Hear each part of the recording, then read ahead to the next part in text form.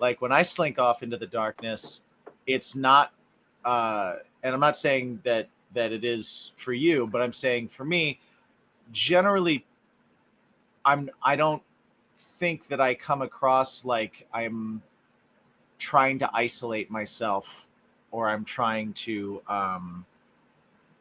get away from anything. It's more of just like happy coming in the room, happy coming out of the room. See you when I see you. Right.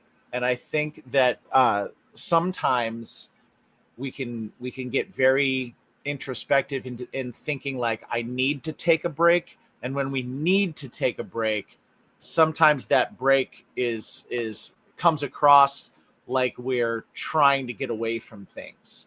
And when you look like you're trying to get away from things, the people that care about you are generally going to be like, "Hey, no, no, no. Are you okay? Are you okay? What do you need? How can I help? What can this?" Um, so I think the delivery is a lot of it. I don't know if you run into that, Donna. I don't know if you run into that, Mike.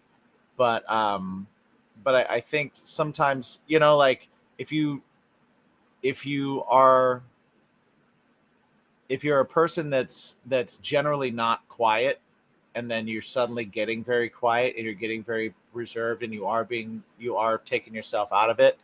Um, I think people are going to be concerned just because it's not your normal routine.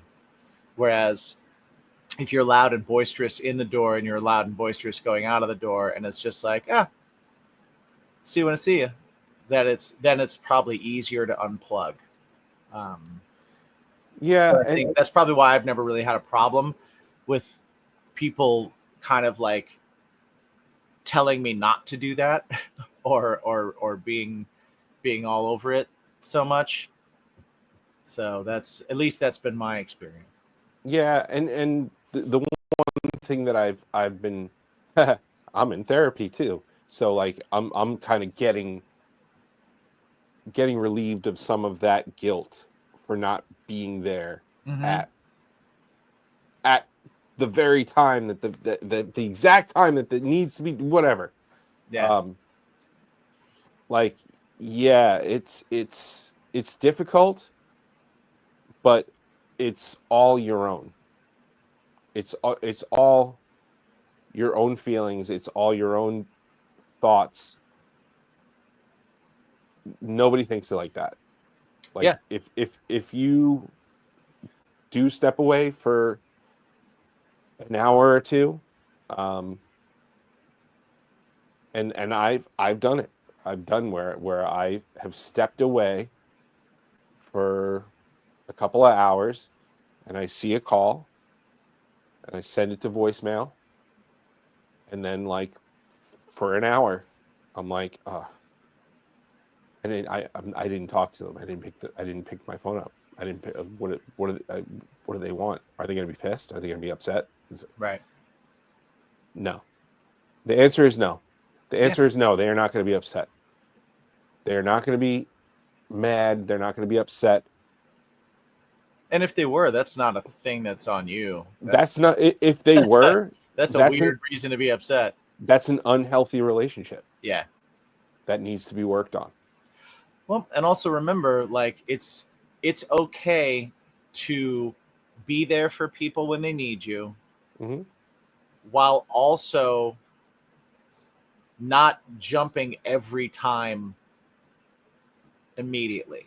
You got to take time for yourself. And it is okay if you don't need their attention.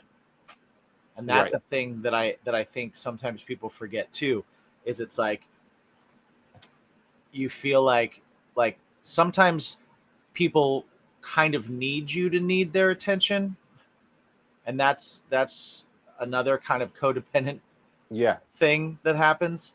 But it's okay to be like, I I don't I don't need your support right now. So I'm just gonna go do my own thing. I can handle this. I can take care of this. I don't need I'm not, you're not saying I don't need you or appreciate you, but sometimes you don't. Sometimes you need, again, sometimes you need to unplug and be by yourself.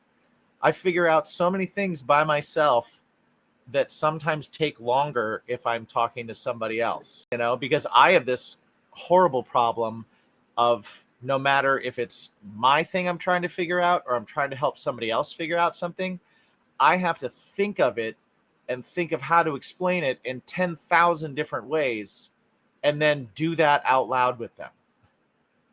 Whether